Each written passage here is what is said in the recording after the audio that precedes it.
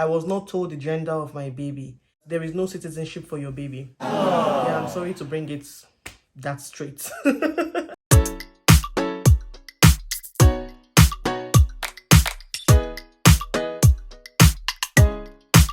Hello and welcome back. My name is Blessing Anyam, and if you're new here, you're very welcome. If this is your first time of seeing my face, you're welcome. If you're a returning subscriber, thank you very much for stopping by.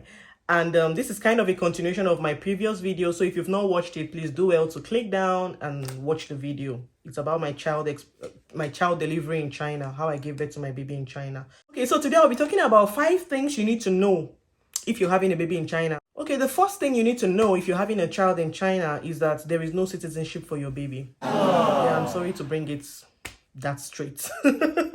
Yeah, you're not given an automatic citizenship for having a baby in China. You just have your birth certificate and that's it. So the second thing that came to me as a shock was the fact that I was not told the gender of my baby. Yeah, in Nigeria, whenever you're pregnant and you go for a scan, you have the right to ask for the gender of your baby and you'll be told. But in China, I was not told the gender of my baby. They said it's against their policy. They don't tell you the sex of your baby. Too bad. I don't know why they are doing that, but it is what it is. Okay, the third thing you need to know if you're having a child in China is that you might not see a doctor that can speak English in the hospital. If you don't understand this, check out my previous video. I explained my dramatic experience in the hospital.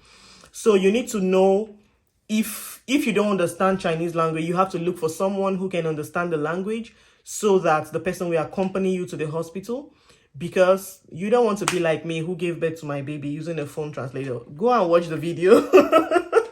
So go with someone who understands the language. If you're in a country where you don't understand their primary language and you're going to have a baby, it's advisable to go with someone. I wish someone told me this.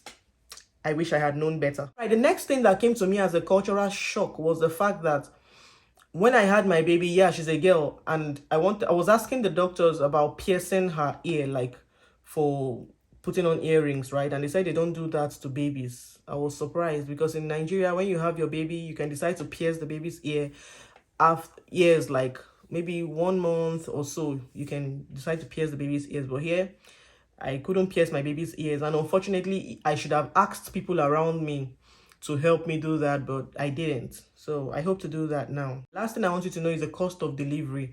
You know, delivery is something that you have to be very intentional about. You don't plan a baby by surprise. No, you take your time to plan. Know the cost of delivery. Visit the hospital. Ask them for details so that nothing will take you unawares. Ask them if you're having a cesarean section, you ask them the price. I know that a cesarean section is around maybe 10,000 RMB, and then the other kind of delivery is around 4,000 to 5,000 RMB. So that's Chinese money. So it's always advisable to ask the medical practitioners about the costs of having a baby so that nothing will take you by surprise, you know. And then not just the cost of having the baby, the money you pay to the hospital. Remember, you're going to be buying some maybe drugs or stuff for the baby and, you know, accessories you need to go to the hospital with.